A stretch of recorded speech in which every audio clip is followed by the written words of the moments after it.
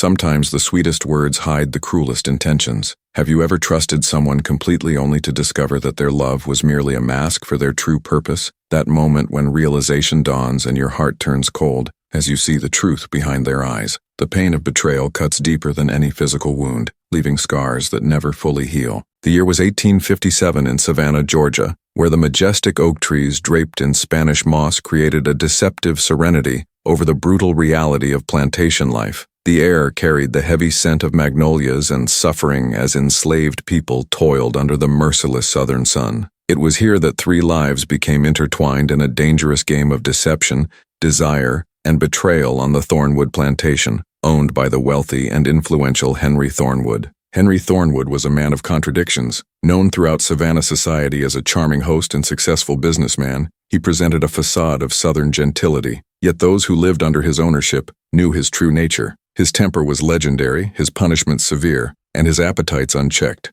At 40 years of age, his once handsome features had hardened, his eyes cold and calculating beneath thick brows. His wife, Elizabeth, 20 years his junior, had learned to fear those eyes and the cruelty they could contain. Elizabeth Thornwood had been a celebrated beauty from a respectable but financially struggling family. Her marriage at 18 to the wealthy Henry had been arranged by her father to secure the family's position. Her delicate features, golden hair, and gentle demeanor made her appear fragile, but beneath her quiet exterior burned a fierce desire for freedom from her husband's controlling grip and frequent cruelty. For 7 years she had endured his temper, his humiliations, and his indifference, finding solace only in her secret garden and the books she read when alone. Then there was Solomon, an enslaved man who had been brought to Thornwood Plantation 3 years earlier. Unlike many others, Solomon could read and write, skills he had learned in secret from his previous enslaver's daughter before being sold to pay gambling debts. Tall and powerfully built, with intelligent eyes that revealed little of his thoughts, Solomon had quickly been noticed by Henry for his strength and by Elizabeth for his dignity. Henry had made him a house servant,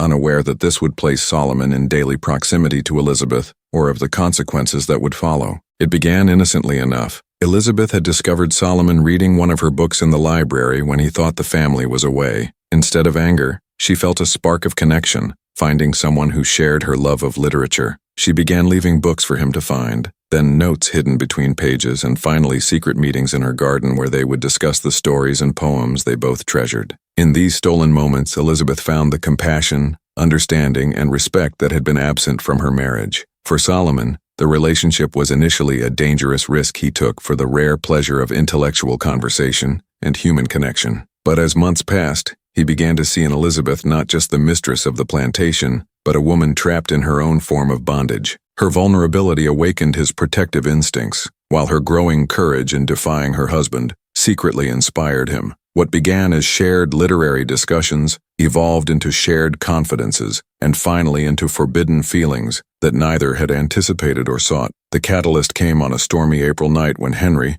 drunk and enraged over a business setback, unleashed his fury on Elizabeth. Her cries echoed through the house, and Solomon, hearing her distress, faced an impossible choice between safety and intervention. He chose the latter, entering the room and drawing Henry's wrath upon himself instead. The beating Solomon received was severe, but it cemented a bond between him and Elizabeth that transcended the social boundaries separating them. As Solomon recovered, Elizabeth tended to his wounds in secret, her gentle hands and tearful apologies breaking down the final barriers between them. In whispered conversations during those nights, a desperate plan began to form. Elizabeth had recently learned that her maternal aunt had died, leaving her a small but sufficient inheritance held in trust in Boston. If they could escape north, there might be a chance for a different life, away from Henry and the plantation. The plan grew more detailed with each passing day. Elizabeth began secretly selling her jewelry to amass funds for their journey. Solomon made contact with a network of enslaved people who knew of escape routes northward. They would leave during the annual Savannah Merchants trip, when Henry would be away for 2 weeks. They prepared separate routes to avoid suspicion, with plans to rendezvous in Charleston before continuing north together. What neither of them knew was that Abigail, Elizabeth's seemingly loyal lady's maid, had noticed the changing dynamics between her mistress and Solomon. Years of witnessing the cruelties of plantation life had taught Abigail that survival often meant anticipating danger and positioning oneself advantageously. She began watching more closely, noting the lingering glances, the occasional brush of hands, the hushed conversations that stopped when she entered rooms. Most damning of all, she discovered one of the notes Elizabeth had written to Solomon, with its dangerous talk of escape and future life together. Abigail faced her own moral dilemma. She had no love for Henry, having suffered his unwanted advances and harsh treatment herself. Yet she also harbored resentment toward Elizabeth, whose occasional kindnesses could not erase the fundamental inequality of their positions. And Solomon, who had never shown interest in Abigail's subtle advances, had now risked everything for the master's wife. The complicated emotions of jealousy,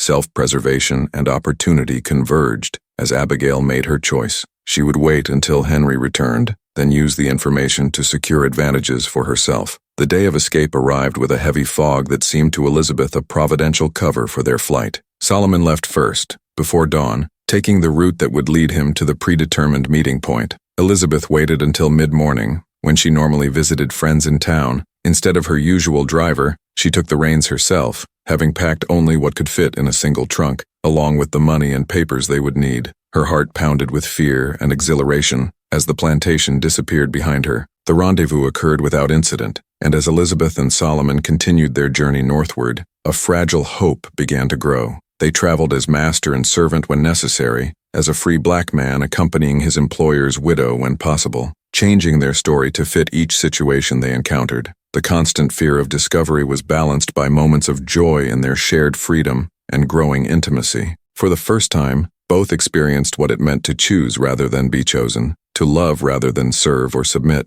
After weeks of careful travel, they reached Boston, where Elizabeth's inheritance provided them the means to establish a new life. They found a small community of abolitionists and free blacks where they were accepted, though always with a degree of caution. Solomon took the name Samuel Freeman and found work as a carpenter, while Elizabeth used her remaining funds to open a small bookshop. They were married in a quiet ceremony, attended only by a few trusted friends they had made. The impossible had somehow become reality, and for nearly 2 years they lived in a happiness neither had believed possible. I want to pause this story for a moment to ask you directly. When was the last time you trusted someone and felt that stab in your chest, that silent warning that something wasn't right? I know you may never have shared this with anyone. It's that pain we keep, thinking no one will understand. But here, in this space we're creating together, your experience matters. If you've felt this silent betrayal, leave in the comments just the words, "I recognize this feeling," and see how many people share this invisible wound. Your comment could be the first step for someone to realize they're not alone on this journey.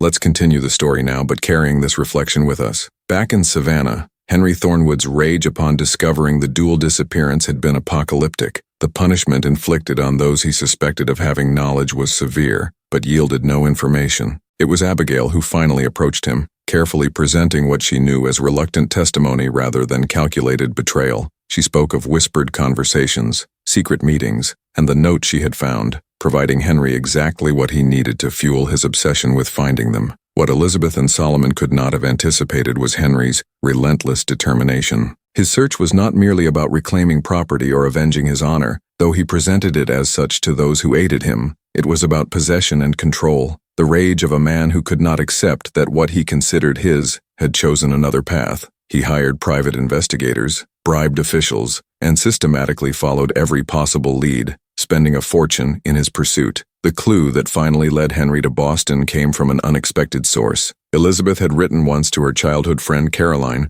assuring her that she was safe and happy. Caroline, though sworn to secrecy, had confided in her husband, who mentioned the mysterious letter to a business associate who was connected to Henry's wider circle. The information eventually reached Henry, who immediately departed for Boston with a carefully constructed plan and legal documents claiming Solomon as his fugitive property and Elizabeth as his mentally unstable wife, who had been abducted. On a bright September morning in 1859, as Elizabeth arranged books in her shop and Solomon worked at a construction site nearby, neither was aware that Henry had arrived in Boston 3 days earlier. He had spent those days observing their movements, noting their routines, and making arrangements with local officials who were willing, with sufficient financial motivation, to overlook the dubious nature of his claims and the growing anti-slavery sentiment in Massachusetts. The day that would shatter their hard-won peace began like any other. Elizabeth was preparing for a small gathering they were hosting that evening to celebrate their second wedding anniversary. She had invited the few close friends they had made,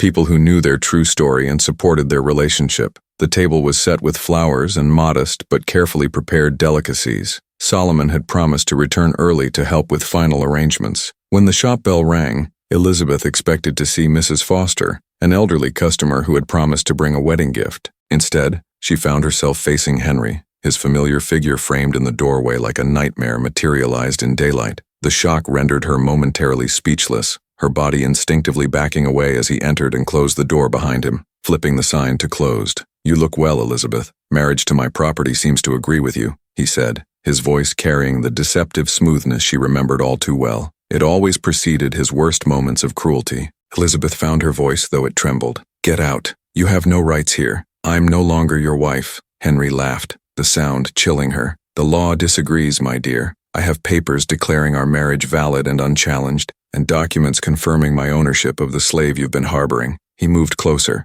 enjoying her fear. "Did you really believe I wouldn't find you? That I would allow you to humiliate me this way?" As their confrontation continued, Solomon was being ambushed at his workplace by men Henry had hired. Overpowered and restrained, he was informed of the legal papers declaring him fugitive property. His protests about being a free man in a free state were met with indifference by the officials Henry had bribed. He was taken not to the local jail, but to a private residence Henry had rented, where he was chained and guarded while awaiting transport back to Georgia. By evening, instead of celebrating their anniversary, Elizabeth found herself locked in a hotel room with Henry, who revealed the full extent of his plan. Solomon was already in custody. The next day they would all return to Georgia, where he promised Solomon would face the most severe punishment for his theft of the master's wife, while Elizabeth would be confined to the house under the story that she had suffered a nervous breakdown. "You might consider one alternative," Henry said, watching her face carefully. "Renounce this perversion publicly. Return as my penitent wife. Admit you were confused and misled by the slave,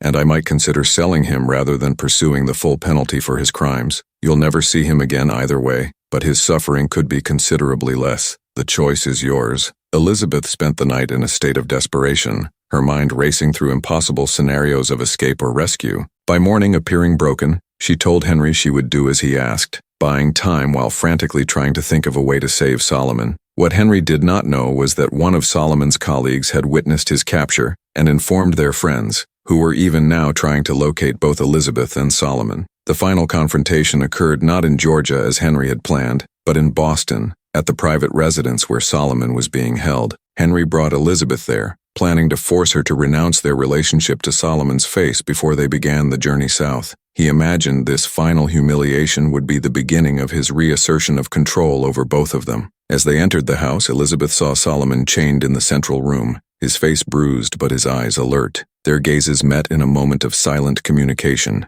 years of trust allowing them to convey determination and reassurance without words. Henry, misreading Elizabeth's tears as defeat, began his performance. "Tell him, Elizabeth. Tell your slave lover what you've decided, what you've realized about your foolish mistake," he commanded, gripping her arm painfully. Elizabeth looked directly at Solomon as she spoke. "I've realized something important." She paused, then turned to Henry. "I've realized that freedom, once tasted, can never be forgotten, and love, true love, based on respect, can never be replaced by fear." She pulled away from his grip. "I will never go back to being your possession." Henry's face contorted with rage. "You leave me no choice then. Both of you will suffer the consequences of your depravity." He moved toward Solomon, pulling out a pistol. "Perhaps watching him die will clear your confused mind." What happened next occurred with stunning rapidity. The doors burst open as local abolitionists, alongside Solomon's colleagues, rushed into the room. In the ensuing struggle, Henry's gun discharged, the bullet striking not Solomon but Henry himself,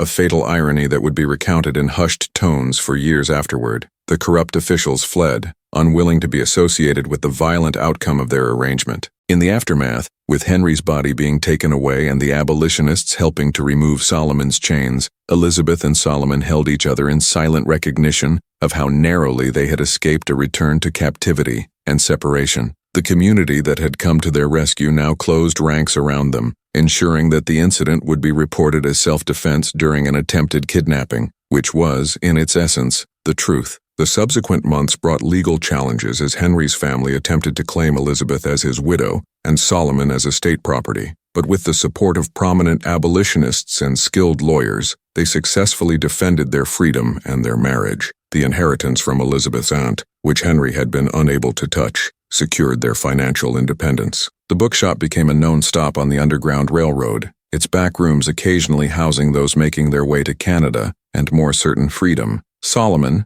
Now legally Samuel Freeman, became a respected craftsman whose carpentry helped construct hiding places in the homes of abolitionist sympathizers. Elizabeth used her understanding of Southern society to help forge documents and create cover stories for those escaping. Together, they built not just a life for themselves, but a legacy of resistance and hope. Their story, which began in the twisted dynamics of possession and oppression, transformed into one of mutual respect and shared purpose. They had faced the ultimate betrayal, not from each other as Henry had hoped to force, but from a society that denied their humanity and right to love. In choosing each other repeatedly, despite all odds and opposition, they subverted that betrayal and created something revolutionary, a relationship of equals in a time that refused to recognize such a possibility. Years later, long after the Civil War had ended legal slavery, Elizabeth and Solomon would sometimes sit in their garden, watching their adopted children play. They had taken in 3 orphans of war, raising them with the stories of their own journey and the values it had taught them: